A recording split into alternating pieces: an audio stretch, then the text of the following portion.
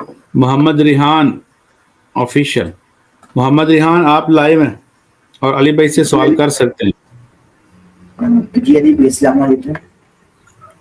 وعلیکم السلام ورحمۃ اللہ وبرکاتہ. ریحان بھائی آپ تو میرے خیال 2 ہفتے پہلے جیلم بھی آئے تھے اکیڈمی میں. جی ہاں جی اپنا سوال کریں. جی میرا سوال یہ جو ہے نا مولوی سے یہاں کیا وہ کہتے ہیں کھلا جو ہے نا کھلا یعنی کہ جو دیتی ہے دار طلاق وہ یعنی کہ اس کو نہیں مانتے ہیں. اور اگر کوئی اس کو بندہ کے پاس جاتا کھلا کھلا خلا کا آپ سے کیا تعلق ہے بھائی؟ آپ کی تو اپنی شادی نہیں ہوئی ہوئی ابھی. نہیں وہ تو میری شادی نہیں ہوئی باتیں لیکن پوچھیں. نہیں وہ یہ لیکن میرا یہ سوال ہے نا لیکن پھر بھی چلیں کر لیں. ویسے آپ سے ریلیٹڈ ہے نہیں نا یہ سوال. آپ سوال وہ لیکن کریں جو آپ سے ریلیٹڈ ہو میرے بھائی. نہیں لیکن میرا سوال یہی ہے. کیا سوال ہے؟ یہ کھلا تھا یعنی کہ علماء یعنی کہ اس کو نہیں مانتے ہیں خاص طور پر یہ جو ہے حنفی حضرات. عدالت کا خلا کلعدم ہے. خوب سمجھ لو. چیخ رہا ہوں میں بار بار. یہ زنا ہے جو عورتیں عدالت سے خلا کی ڈگری لے کے کسی اور مرد سے شادی کر رہی ہیں. یہ خالصتاً زنا ہے, بدکاری ہے. کوئی مذہبی اسکالر اگر اس کو پروموٹ کرتا ہے نا, جھوٹ بول رہا ہے, بکواس کر رہا ہے. وہ قرآن ایک مذہبی اسکالر ہے بڑا مشہور, میں نام نہیں لیتا اب اس کا. اس نے کہا فقہ حنفی میں یہ ہوتا ہے کہ عورت عدالت سے خلا لے لے تو خلا معتبر نہیں ہے. یہ حنفیوں نے منجن بیچا ہے. بکواس کر رہا ہے, جھوٹ بول رہا ہے. وہ بکواس کر رہا ہے, جھوٹ بول رہا ہے. وہ بکواس کر رہا ہے, جھوٹ بول رہا ہے. وہ یہ چاروں فقہ میں ہے, قرآن میں بھی ہے, حدیث میں بھی ہے, شیعہ اور اہل حدیث میں بھی ہے یہ کہ عدالت کا یہ خلا معتبر نہیں ہے. شادی کے بعد شوہر کو حق ہے بیوی کو طلاق دینے کا. جج کی بیویاں نہیں ہے جو جج جب چاہے طلاق دے دے. جی نہ مانے ان کے ساتھ کوئی لینا دینا نہیں. حنفی تو میرے بھائی قرآن و حدیث کو بھی نہیں مانتے, تو خلا کو نہ مانا تو کیا ہو گیا؟ ان کا دین کے ساتھ کیا لینا دینا میرے بھائی؟ وہ تو اپنے بزرگوں کی تعلیمات کو لے کے چل رہے ہیں. خلا کے بارے میں تو واضح اللہ تعالیٰ نے ایک مومنہ عورت کو اجازت دی ہوئی ہے, اور باقاعدہ ابو داؤد ترمذی میں تو خلا والے عورت کی عدت 1 مہینہ آئی ہے. طلاق والی کی عدت جو ہے وہ 3 مہینہ 10 دن ہے, 3 مہینے ہے آلموسٹ, یعنی 3 دفعہ پاک ہونا. اور جو بیوہ ہے اس کی 4 مہینے 10 دن ہے, اور جو خلا والی عورت ہے اس کی عدت 1 مہینے کی آئی ہے. تو خلا تو ہے باقاعدہ. جس طرح طلاق ایک مرد کا رائٹ ہے نا, اس طرح خلا ایک عورت کا رائٹ ہے. اور یہی تو پھر ظلم کا نظام ہے کہ اگر ایک مرد اپنی بیوی کے ساتھ زیادتی کرتا ہے, اسے مارتا ہے, پیٹتا ہے, اور پھر طلاق بھی نہیں دیتا, تو حنفیوں کے نزدیک تو وہ کہتے ہیں جب تک وہ طلاق نہیں دے گا طلاق نہیں ہوگی. یہ تو ظلم کے اوپر مبنی ہے. جبکہ قرآن و سنت کی روشنی میں وہ جا سکتی ہے کورٹ میں, اور کورٹ اس کا تنسیخ نکاح کر سکتی ہے یا خلا والا معاملہ کر سکتی ہے. جی نیکسٹ کوشچن کریں. جی دوسرا میرا سوال یہ آپ جو ہے نا مشکات کی دوسری جلد میں کتاب النکاح چیپٹر میں نا خلا کا چیپٹر الگ سے موجود ہے. وہ ساری حدیثیں پڑھیں اور ان کے سامنے جا کے رکھیں کہ تم لوگ مشکات خاک پڑھتے ہو جب تم لوگ درس نظامی کرتے ہو. یہ پورے چیپٹرز ہیں حدیث کے اندر. جی نیکسٹ. جی میرا دوسرا سوال یہ استخارے کے بارے میں ہے, کیونکہ علماء کہتے ہیں کہ آپ دعا کریں پہلے عشاء کے بعد جو نفل پڑھیں اس کے بعد دعا کریں, دعا کرنے کے بعد آپ جائیں سو جائیں, اس کے بعد آپ کو یعنی خواب آئے گا. خواب میں اگر آپ دیکھیں بلیک کلر تو یہ غلط ہے, اگر آپ دیکھیں سفید کلر تو صحیح ہے. لیکن آپ تو ان چیزوں کو بالکل نہیں یعنی کہ نہیں مانتے ہیں, لیکن خواب آتا ہے اللہ کی طرف سے. نہیں یہ بالکل جھوٹ ہے, ایسی کوئی بات نہیں. جی جھوٹ ہے بالکل. آپ مشکات کی پہلی جلد میں جی میں سوال ہو گیا نا آپ کا, میں جواب دے رہا ہوں نا. مشکات کی پہلی جلد میں اس نماز استخارہ والا چیپٹر نکالیں. صحیح بخاری سے وہ حدیث مشکات کی پہلی جلد کے اندر موجود ہے جس میں استخارہ کا طریقہ لکھا ہوا ہے. اس میں واضح الفاظ ہے کہ فرض کے علاوہ 2 رکعتیں پڑھنی ہیں. اس میں عشاء کی کوئی شرط نہیں, کسی بھی فرض نماز کے بعد آپ نے 2 رکعتیں پڑھنی ہے, یا فرض نماز کے علاوہ کسی بھی وقت آپ جو 2 رکعت نفل پڑھیں, اس کے بعد دعا استخارہ کریں. اور اس استخارہ کی دعا میں باقاعدہ یہ الفاظ ہے کہ اللہ اگر یہ معاملہ میرے لیے میری دین دنیا معیشت اور آخرت کے اعتبار سے بہتر ہے تو میرے لیے اس کو آسان کر دے, اور اگر یہ بہتر نہیں ہے تو مجھے اس سے دور کر دے, اس کو مجھ سے دور کر دے, اور مجھے اپنی رضا پہ راضی بھی کر دے. یہ دعا ہے بس. یہاں پہ حدیث ختم ہو جاتی ہے. اس کے بعد نبی علیہ السلام نے کوئی نہیں فرمایا کہ خواب میں اشارہ آئے گا یا کوئی رنگ دکھائی دے گا. اگر وہ رنگ دکھائی بھی دے تو اس کا کوئی استخارے سے تعلق نہیں ہے. استخارہ تو بیسیکلی نماز پڑھ کے ایک دعا ہے جس کے بعد آپ اللہ تعالیٰ سے یہ دعا کرتے ہیں کہ اگر یہ معاملہ میرے لیے آسان ہے تو اسے آسان کر دے، ورنہ اس کو میرے اعتبار سے ختم کر دے. تو اللہ تعالیٰ حالات و واقعات ایسے بنائے گا کہ وہ کام آپ کا مکمل نہیں ہو پائے گا اگر آپ کے لیے نقصان دہ ہے، اور اگر آپ کے لیے اچھا ہے تو وہ اللہ تعالیٰ اس کو آپ کے لیے آسانی کر دے گا. یہ ہے اس میں، ٹھیک ہے. یہ باقی کچھ بھی نہیں ہے، یہ خود سے انہوں نے بنایا ہوا ہے، کہیں نہیں لکھا ہوا. ان سے پوچھیں نا کہاں لکھا ہوا ہے، مطلب انہوں نے ضرب تقسیم خود سے جوڑی ہوئی ہے ساتھ. یہی تو مسئلہ ہے ان لوگوں کا کہ یہ لوگ دین کے اندر خود سے چیزیں داخل کرتے ہیں اور الٹا ہم سے آگے پوچھ رہے ہوتے ہیں کہ جناب یہ بتائیں، ہم تو یہ سنا ہے. بھائی جو تم نے سنا ہے وہ تو کہیں لکھا نہیں ہوا، ہم تو جو آپ کو ایک ایک بات بتا رہے ہیں لکھی ہوئی ہے، اور اپنی طرف سے نہیں بتا رہے ہیں، ان کتابوں سے بتا رہے ہیں جو آپ کے درس نظامی کے کورس میں پڑھائی جاتی ہیں. مشکات شریف آخری سال میں دورہ حدیث میں پڑھائی جاتی ہے، بخاری مسلم الگ سے بھی پڑھائی جاتی ہیں، لیکن وہ بس دورہ حدیث ہوتا ہے، سلیکٹو اسٹڈی ہوتی ہے. ٹھیک ہو گیا؟ ٹھیک ہے، آپ کے 2 سوال ہو گئے. جزاک اللہ، بہت بہت شکریہ. السلام علیکم ورحمۃ اللہ اوکے، وبرکاتہ. اللہ فی مان اللہ، فی مان اللہ. جی نیکسٹ علی بھائی ہمارے ساتھ ابو جہل بھائی ہیں، محمد ابو جہل بھائی. السلام علیکم. اپنا مائک ان میوٹ کریں بھائی، کہاں سے ہیں آپ، اور لائیو ہے سوال کریں. السلام علیکم ورحمۃ اللہ وبرکاتہ. علی بھائی وعلیکم السلام ورحمۃ اللہ وبرکاتہ. یہ نام کیا آپ کے ماں باپ نے رکھ دیا بھائی؟ میری تو سمجھ سے باہر ہے یہ نام. یہ تو ابو جہل ہی پڑھ دینا کسی نے اس کو، پھر آپ کیا کریں گے؟ علی بھائی اب کیا کریں، اب نام رکھ دیے یہ تو نام کیا ہے ویسے آپ بتائیں نا، آپ کا نام ہے تو ہم آپ سے ہی پوچھیں گے نا میرے بھائی. ابو جہل ہے، ابو جہل. تو یہ اصل میں لفظ ہے ابو ذر، ابو ذر غفاری والا رکھا ہوگا. جی جی، اس میں اب کیا ہو گیا کہ آئی ڈی میں ابو جہل ہو گیا نا، اسی لیے تھوڑا دقت ہو جاتا ہے. اب چینج کروانے کے لیے سب آئی ڈی وغیرہ میں سب میں ہو گیا. یہ ہے ابو ذر، ذال را، یعنی ابو ذر غفاری کی نسبت سے. تو وہ میرے خیال ہے جس طرح انڈیا میں اردو کا بھی بہت مسئلہ ہے نا لوگوں کو، وہ جی ابو ذر کو ابو جہل پڑھ دیں گے، ٹھیک ہے. اس طرح وہ گاف اور کاف کا فرق بھی ان کے لیے مشکل ہو جاتا ہے. مجھے تو اوورآل لگا ہے کہ پاکستان کے لوگوں کی اردو زیادہ ہی بہتر ہے. اگر آپ ڈکشنری کے پوائنٹ آف ویو سے دیکھیں تو پاکستان کے لوگوں کی اردو زیادہ اچھی ہے. جی جی. تو علی بھائی ہم نیپال سے ہیں، انڈیا سے نہیں، نیپال سے. اچھا اچھا، نیپال سے. نہیں انڈیا میں بھی یہی کچھ ہوتا ہے، یہی اس طرح کے نام چل رہے ہوتے ہیں. اچھا جی جی، نیپال ہمیں سے، بھی کوئی ابو نیپال کے جہل رہنے بھی والے بولتے آپ سے انڈیا سے مائگریٹ ہو کے گئے ہوئے؟ جی بارڈر کے قریب ہے نا، اسی لیے. اچھا اچھا اچھا، ٹھیک ٹھیک. اچھا سوال کریں اپنا. جی جی، سوال میرا یہ تھا علی بھائی کی جیسے کہ وراثت کے حوالے سے تھا کہ جیسے کہ ہم لوگ کماتے ہیں، جیسے 4 بھائی ہم لوگ ہیں، 5 بھائی ہیں، تو بڑا بھائی ہم گھر کے، ٹھیک ہے، تو کما رہے ہیں اور گھر کا خرچہ بھی چلا رہے ہیں، ٹھیک ہے، اور کچھ سیونگ بھی کر رہے ہیں. اگر وہ کچھ سیونگ کرنے کے بعد اگر میں کوئی چیز خرید رہا ہوں، جیسے کہیں جگہ لے لیے یا کوئی کمپنی، کوئی فیکٹری کھول لیے یا کوئی دکان کھول لیے، تو اگر میرا بھائی، اگر جوائنٹ فیملی سے ابھی میں ہوں، بعد میں میرا بھائی بولے کہ نہیں اس میں سے مجھے بھی چاہیے، تو کیا اس کو دینا پڑے گا؟ کمایا کس نے؟ جی وہ میں نے کمایا ہے. ہاں، تو جو باقی آپ کے اوپر آپ کا بھائی کچھ لگا بھی رہا ہے کہ نہیں؟ جی نہیں، وہ بھی خرچہ آپ کر لگا رہا رہے ہے. ہیں، جیسے کہ میں بھی فیملی پہ کچھ خرچہ کرتا ہوں اور کچھ سیونگ کرتا ہوں، وہ بھی کچھ خرچہ کرتا ہے، یا کچھ وہ زیادہ خرچہ کرتا ہے یا میں کچھ زیادہ خرچہ کر دیتا ہوں نہیں یہ تو پھر فیملی کے آپس میں اوپر. آپ کو طے کرنا ہے نا میرے بھائی، یہ تو آپ کا آپس کا معاملہ ہے نا. ہو سکتا ہے کہ جی آپ کے گھر کے خرچے میں زیادہ کنٹریبیوٹ آپ کا بھائی کر رہا ہو، پھر تو وہ کہے گا کہ میں گھر پہ زیادہ رقم میں لگا رہا ہوں تو مجھے اس میں سے دو. یہ آپ آپس میں طے کریں.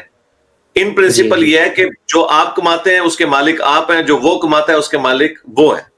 ایک دوسرے سے آپ لے نہیں سکتے. لیکن اگر کہیں کمبائنڈ فیملی سسٹم ہے تو پھر آپ کو خرچہ بھی برابر کا ہی کرنا ہے نا. یہ تو نہیں کہ خرچہ آپ کا بھائی کرتا رہے اور آپ پیسے جوڑتے رہے. یہ آپ نے خود طے کرنا ہے. ٹھیک ہو گیا؟ سیکنڈ کوشچن کریں. جیسے کہ طلاق بولا جاتا ہے کہ میں طلاق دے دیا بیوی کو، جیسے بولا جاتا ہے طلاق دے دیا تجھے، تو یہ ہندی میں بھی بولنے پہ ہو جاتا ہے، اور جیسے نیپال کا بھاشا نیپالی میں بھی دینے پہ ہو جاتا ہے، یا صرف طلاق بولنا پڑتا ہے؟ طلاق لفظ جو ہے وہ چاہے اس کو طلاق کو جیسے یہ ابو ذر کو ابو جل بھی کوئی بول دے، طلاق کو طلاق کوئی بول دے، کوئی بھی غلط طریقے سے لفظ اگر طلاق والے ہی لفظ بول رہا ہے نا تو پھر طلاق ہو جاتی ہے. ٹھیک ہو گیا. تو علی بھائی اسے ہندی میں کیسے یوز کیا جائے گا؟ ہندی کا تو مجھے نہیں پتا, اردو میں تو طلاق ہی کہتے ہیں. تو آپ نے طلاق کیوں دینی ہے میرے بھائی؟ کیا غلط کام کرنے لگے آپ؟ نہیں, جیسے ہوتا ہے نا کہ کوئی بول دیتا ہے نا, جیسے ہم لوگ کے بھاشا میں تو یہ طلاق بولنے پر ہی ہوگا, یا ہم لوگ کے بھاشا میں بھی اگر کوئی نہیں بول دیتا ہے کہ جاؤ تمہیں نہیں رکھنا ہے, چھوڑ دیا, یا نہیں رکھوں گا, ایسے بول دیتا ہے, تو اس سے بھی نہیں ہو جاتا رکھوں ہے. گا تو طلاق تو نہیں ہوتی نا. چھوڑ دیا طلاق ہو سکتی ہے. طلاق کے جی لفظ سے علاوہ اگر کوئی آپ لفظ بولتے ہیں تو پھر آپ کی نیت کا اعتبار ہوگا کہ یہ چھوڑ دیا سے مراد طلاق لے رہے ہیں یا ویسے محاورتاً بات کر رہے ہیں. اگر نیت تھی 3 طلاق کی اور بیوی کو کہا کہ تمہیں میں نے چھوڑ دیا, تو تینوں طلاقیں ہو جائے گی. اور اگر طلاق کی نیت نہیں تھی تو اس طرح کہنے سے طلاق نہیں ہوگی. طلاق کے علاوہ کسی بھی اور طریقے سے طلاق دینے میں نیت کا اعتبار ہوتا ہے. ٹھیک ہو گیا؟ جی جی. ٹھیک ہے, ہو آپ گیا. کے سوال ہو گئے ابو جل اللہ بھائی. حافظ. ابو ذر بھائی جزاک اللہ. اللہ اوکے, اللہ حافظ. حافظ نعمان بھائی ہمیں جان کے السلام علیکم. حافظ صاحب آپ آن لائن ہیں, علی بھائی سے سوال کر سکتے ہیں, آپ لائیو ہیں. 1 منٹ اپنا مائک ادھر سے ان میوٹ کریں نا. آپ نے السلام علیکم علی بھائی, کیسے ہیں آپ؟ جی وعلیکم السلام ورحمۃ اللہ وبرکاتہ. جی آپ سب کہاں سے ہیں آپ؟ میں علی بھائی آئرلینڈ سے ہوں. تو لاسٹ منتھ میں آیا ہوا تھا پاکستان, سو آپ سے مل کے گیا تھا, اکیڈمی میں آیا تھا. تو جی جی آئی تھنک سیشن تھا 117 سیشن تھا. ٹھیک ہے, تو اپنا سوال کریں. اچھا, تو علی بھائی میرا پہلا کوشچن یہ ہے کہ یہ جو ہم سیونگ کرتے ہیں اور اس کے بعد ہم کہتے ہیں کہ ہم جب دنیا سے جاتے ہیں تو ہمیں کچھ, جیسے میں نے آپ سے بھی ایک حدیث سنی تھی, آپ بھی بتا رہے تھے کہ چھوڑ کے جانا چاہیے بچوں کے لیے, یا مطلب اس طرح سے آپ کو تھوڑا کرنا چاہیے. بٹ اگر ہم صحابہ کرام کی لائف دیکھیں, فار ایگزامپل حضرت عمر کی لائف دیکھیں رضی اللہ تعالیٰ عنہ کی, تو وہ جب دنیا سے گئے ہیں, یا موسٹلی صحابہ جو دنیا سے گئے ہیں, تو وہ تو ایز سچ کچھ چھوڑ کے نہیں گئے. اور آپ صلی اللہ علیہ وسلم کی بھی کچھ بہت زیادہ جائیداد یا کچھ ایسے نہیں تھا. تو اس کے لیے ہمیں کیا فالو اپ کرنا چاہیے؟ حدیث تو آپ صلی اللہ علیہ وسلم کی I think so, I am not sure but you probably know, کہ جی یہ جی بھی حدیث ہے کہ اگر آپ کے پاس زیادہ پیسے ہیں تو آپ کو اچھا پہننا چاہیے, پیسہ تھوڑا شو آف کرنا چاہیے کہ آپ کے پاس کچھ ہے, تو آپ کا نظر آنا چاہیے. یہ آپ نے 5-6 باتیں میرے بھائی مکس کر دی ہیں. سوال تو ایک ہوگا نا, جی, سوال آپ پوچھیں. بس سوال یہی ہے کہ کیا ہمیں سیونگ کرنی چاہیے, اور اگر تو کرنی چاہیے تو پھر اگر جو صحابہ کرام ہیں انہوں نے اس چیز کو فالو اپ کیوں نہیں کیا, اسپیشلی حضرت عمر؟ کیا ہے میرے بھائی, کیا ہے. آپ کو غلط بتایا گیا ہے, کیا ہے. ٹھیک ہے, آپ کا سوال آ گیا, میں جواب دیتا ہوں آپ کو. پہلی بات تو یہ ہے کہ صحابہ کرام علیہم رضوان, جن چند ہستیوں کا آپ ذکر کر رہے ہیں نا, ان کی زندگی زہد میں گزری, لیکن صحابہ کرام اپنے پیچھے ایک ویلفیئر سٹیٹ چھوڑ کے گئے تھے, جس میں سٹیٹ کی ذمہ داری تھی کہ وہ اپنی رعایا کا خیال رکھتی تھی. آج کل سٹیٹس اس طرح کی نہیں ہے, شاید یورپ امریکہ میں کسی درجے تک ہو, میجورٹی جگہ پہ تو ایسی صورتحال نہیں ہے. لہٰذا وہ اگزامپل دینا تو اس اعتبار سے بنتا نہیں. دوسری بات, یہ حدیث ہے بخاری اور مسلم میں, حضرت سعد ابن ابی وقاص کہتے ہیں کہ فتح مکہ کے موقع پر میں اتنا بیمار ہوا کہ مجھے لگا کہ میں اب مر جاؤں گا. تو نبی الاسلام میری عادت کو آئے, تو میں نے کہا یا رسول اللہ, میں چاہ رہا ہوں کہ میری ایک بیٹی ہے, تو میں سارا مال اللہ کی راہ میں خیرات کر دوں, کیونکہ بیٹی کی تو شادی ہو جانی ہے. تو آپ علیہ السلام نے فرمایا کہ آپ نے اجازت نہیں دی. پھر انہوں نے کہا میں 2/3 مال کر دیتا ہوں, 1/3 اپنی بیٹی کے لیے چھوڑ دیتا ہوں. آپ نے اس کی بھی اجازت نہیں دی. پھر کہا آدھا مال, اس کی بھی اجازت نہیں دی. بڑی مشکل سے 1/3 مال کی اجازت دی کہ وہ اللہ کی راہ میں خیرات کیا جائے, 2/3 اپنی اولاد کے لیے, اور وہ اولاد بھی ایک بیٹی تھی, اس کے لیے چھوڑ کے مرو. پھر آپ نے فرمایا کہ تم کیا چاہتے ہو کہ تمہاری اولاد تمہارے مرنے کے بعد لوگوں سے مانگتی پھرے, تو اس کے لیے چھوڑ کے مرو. تو یہ تو حدیث بخاری مسلم دونوں میں ہے, تو یہ نبی علیہ السلام کی تعلیم ہے. باقی آپ علیہ السلام کا یا چند صحابہ کا زہد اختیار کرنا وہ شرعی فتویٰ نہیں ہے، وہ ان کے اپنے ذاتی معاملات ہے، تقوی ہے، پرہیزگاری ہے، پھر سرکمسٹانسز والا معاملہ بھی ہے. اب نبی علیہ السلام جب اپنی بیویوں کو چھوڑ کے دنیا سے تشریف لے گئے ہیں تو پیچھے نبی علیہ السلام کے لیے مال غنیمت میں سے اہل البیت کو تو حصہ پہنچتا تھا نا، تو ان کا سورس آف انکم کا تو بندوبست کیا ہوا تھا نا آپ علیہ السلام نے. حضرت عبد الرحمن بن عوف بھی نبی علیہ السلام کی بیویوں کو خرچہ دیتے تھے نبی علیہ السلام کی وفات کے بعد، تو پورا ایک سسٹم ڈیولپ کیا ہوا تھا نا. اور باقی جو آپ نے کہا کہ صحابہ کرام کی عموماً سارے صحابہ کے ساتھ یہ معاملہ نہیں تھا زہد والا، یعنی صحابہ کرام کی تو بڑی بڑی جدادیں بھی تھیں.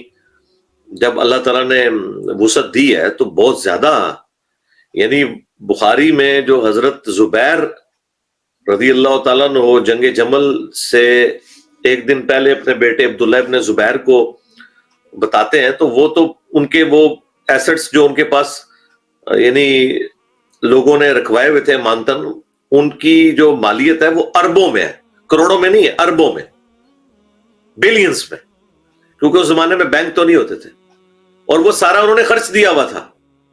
اب واللہ عالم انہوں نے مطلب رشتہ داروں کو دیا، غریبوں پہ لگایا، کس طریقے سے خرچ کیا.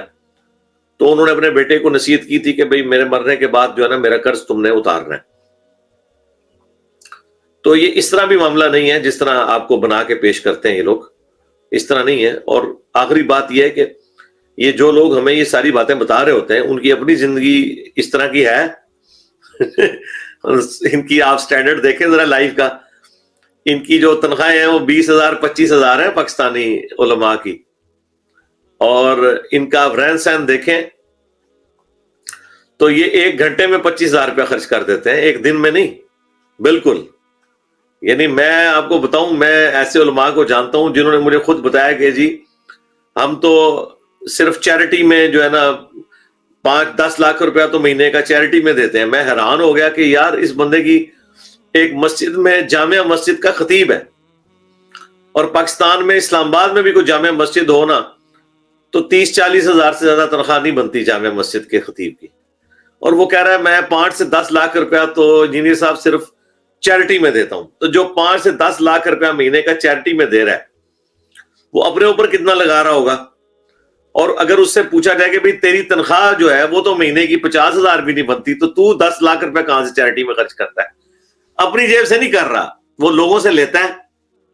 ٹھیک ہے، 30-40 لاکھ روپیہ لیا، 10 لاکھ خرچ کر دیا، 20-30 لاکھ اپنے اوپر لگا لیا. اس کا ثبوت ہے کہ گاڑیاں انہوں نے کروڑوں میں رکھی ہوتی ہیں. ٹھیک ہے، پورے اسلام آباد کے ائمہ مساجد اور خطباء کی تنخواہیں بھی جمع کی جائیں پھر بھی ایک گاڑی نہیں وہ لی جا سکتی جو ان خطیبوں نے ایک گاڑیاں رکھی ہوئی ہیں. مطلب جتنا میں ان کے اوپر غصہ ہوتا ہوں نا، اگر آپ لوگوں کو ان کی ریالٹی پتہ چل جائے نا تو آپ کے انجینئر صاحب 100 دفعہ صبح ان پہ قنوت نازلہ پڑھیں، 100 دفعہ شام کو، تب بھی کام ہے ان کے لیے. مجھے جو ان کی ریالٹی پتہ ہے، اور اس لیے آپ کو یہ دین کا یہ جنازہ جو نکلا ہوا نظر آ رہا ہے نا، اسی وجہ سے ہے نا. یہ کسٹوڈین تو یہی ہے نا، جب ڈرائیور جو ہے وہ نشہ کر کے بیٹھا ہوا ہے ڈرائیونگ سیٹ کے اوپر تو آئے دن آپ کو روڈ لائنر جو ہے ٹھکتی ہوئی نظر آئیں گی، تو وہ ظاہر ہے یہ ہم نے اس قسم کے ڈرائیور رکھے ہوئے ہیں نا مسلمانوں نے اپنے. جی سیکنڈ کوسچن کریں اپنا. سیکنڈ کوسچن علی بھائی یہ ہے کہ جیسے ہم لوگ آواز کم آ رہی ہے آپ کی. اچھا اب آ رہی ہے ٹھیک سے؟ ہاں اب ٹھیک ہے.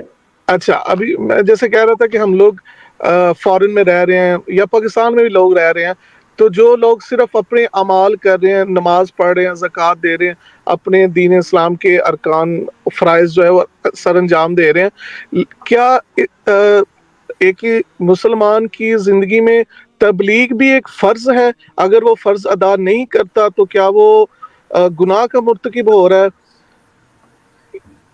جیسے میں کل مولانا اسحاق صاحب کا بھی بیان سن رہا تھا تو وہ کہتے جن فتح مکہ کے بعد کچھ اس طرح سے بتا رہے تھے جو صحابہ نہیں، یا جو لوگ جنگ میں شریک نہیں ہوئے یا جنہوں نے تبلیغ یا جنہوں نے اسلام کو پھیلانے کے لیے کوششیں نہیں کی، وہ منافق ہیں یا کچھ اس طرح سے بول رہے تھے. چلے وہ تو مجھے نہیں پتا کیا بولا ہے، ان کی طرف تو میں کوئی بات منسوخ نہیں کرتا. آپ مجھ سے شرعی مسئلہ پوچھیں تو شرعی مسئلہ یہ ہے کہ جو آپ کے اوپر اوبلیگیشن ہے، ذمہ داری ہے پرائمری، وہ قرآن میں آ گئی ہے، قُوا أَنفُسَكُمْ وَأَهْلِيكُمْ نَارًا، بچاؤ اپنے آپ کو اور اپنے گھر والوں کو جہنم کی آگ سے. یہ ہر مسلمان کی ذمہ داری ہے. اب اس سے ہٹ کے بڑے لیول کے اوپر کام کرنا یہ عام مسلمان کی ذمہ داری نہیں ہے جی. جس کو اللہ تعالیٰ لاتو واقعات دے گا اس نے وہ کام کرنا ہے. جس طرح ہم نے ائمہ مساجد خطبہ رکھے ہوئے ہیں، وہ دین کے لیے وقف ہوئے ہوئے ہیں، ان کی تنخواہیں ہم لوگ دیتے ہیں، یہ ان کی ذمہ داری ہے کہ وہ بڑے لیول کے اوپر تبلیغ کا کام کریں گے. اور جس بڑے لیول پہ ہمارے پلیٹ فارم کی آواز پہنچی ہے، یہ تو اللہ تعالیٰ کی کوئی غیبی مدد کسی کے ساتھ ہو تو وہ ہو سکتا ہے، ادروائز ایک انسان کتنی محنت کر سکتا ہے. تو ہر بندے نے تو انجینئر محمد علی مرزا یا ڈاکٹر ذاکر نائک یا ڈاکٹر اسرار یا مولانا مودودی تو نہیں بننا، یا مولانا اسحاق. یہ تو اللہ تعالیٰ جس پہ کرم فرمائے گا اس کو اپنے دین کے لیے اس اعتبار سے قبول کر لے. عام آدمی کی ذمہ داری یہ ہے کہ اپنے حلقہ اثر میں، اپنے دوست احباب میں جن کے ساتھ اٹھتا بیٹھتا ہے، بس ان تک اپنی بات پہنچائے. ہر بندے دوسرے بندے تک پہنچانا یہ ضروری نہیں ہے. ٹھیک ہو گیا؟ چلیں ٹھیک جزاک اللہ. آپ کے 2 سوال ہو گئے بھائی. جزاک اللہ بہت. ایک چیز جی جی 2 سوال پورے ہو گئے نا بھائی. نہیں، اسی سوال میں ایک چیز میں تھوڑی سی سوری، بس یہ چھوٹی سی بات ہے. میں نے اتنا کمپریہنسو جواب دیا کہ اس میں اب آپ نے کیا نکالنا ہے؟ بس ایک چھوٹی سی بات ہے کہ جیسے آپ صلی اللہ علیہ وسلم نے ایک صحابی آپ کے پاس آئے اور آپ نے ان کو فرمایا کہ صرف جو ہے وہ آپ 5 وقت کی نماز پڑھیں اور آپ رمضان کے روزے رکھیں اور جو فرض زکوٰۃ ہے وہ ادا کریں تو آپ سیدھے جنتی ہیں. تو اس میں تو انہوں نے تبلیغ کے بارے میں کچھ بھی نہیں کہا ان کو کہ آپ کو تبلیغ بھی کرنی ہے، اپنے آس پاس جو گھر کے لوگ ہیں ان کو بھی آپ جی وہ میرے بھائی اس میں تو حج بھی کوئی نہیں ہے، اس میں تو حج بھی کوئی نہیں ہے. تو وہ کیوں نہیں ہے حج؟ اس لیے کہ حج فرض نہیں ہوا تھا اس وقت. ٹھیک ہو گیا؟ تو ہم جو بتا رہے ہیں یہ قرآن میں لکھا ہے، اِلَّا الَّذِينَ آمَنُوا وَعَمِلُوا الصَّالِحَاتِ وَتَوَاصَوْا بِالْحَقِّ وَتَوَاصَوْا بِالصَّبْرِ. قرآن کہہ رہا ہے کہ سب ناکام ہے سوائے ان کے جو 4 باتیں پورے کریں گے. ایمان لائیں گے، نیک اعمال کریں گے. آپ کے تحت تو یہیں پہ دین ختم ہو گیا، لیکن قرآن کہتا ہے یہاں پہ دین ختم نہیں. وَتَوَاصَوْا بِالْحَقِّ، حق بات کی وہ وصیت کرتے رہیں گے. اور وَتَوَاصَوْا بِالصَّبْرِ، اور اس میں جو تکلیفیں آئیں گی اس پہ صبر کریں گے. ٹھیک ہو گیا؟ تو وہ جو آپ حدیث بتا رہے ہیں وہ بالکل نیچر اسلام کی ہے. اس وقت تو ظاہر ہے ابھی ایک سمجھ لیں اسلام ایوالو ہو رہا تھا نا، ابھی تو نازل ہو رہا تھا نا. آپ مجھے لا کے اس وقت کی کوئی بتائیں کہ جی اب میں آپ کو بتاؤں بخاری مسلم میں کہ صحابہ کرام نے شراب پی کے غزوہ بدر لڑی ہے. غزوہ احد میں حضرت جابر بن عبداللہ کے والد جو شہید ہوئے ہیں وہ انہوں نے نشہ کیا ہوا تھا کیونکہ اس وقت شراب حرام نہیں تھی، اور 6 مہینے بعد ان کی لاش جب قبر سے نکالی گئی ہے بالکل سلامت تھی. تو بھائی شراب حرام نہیں تھی، تو وہ آپ جو فائنل ایوالوڈ دین کی شکل ہے اس میں بات کریں. ٹھیک ہو گیا؟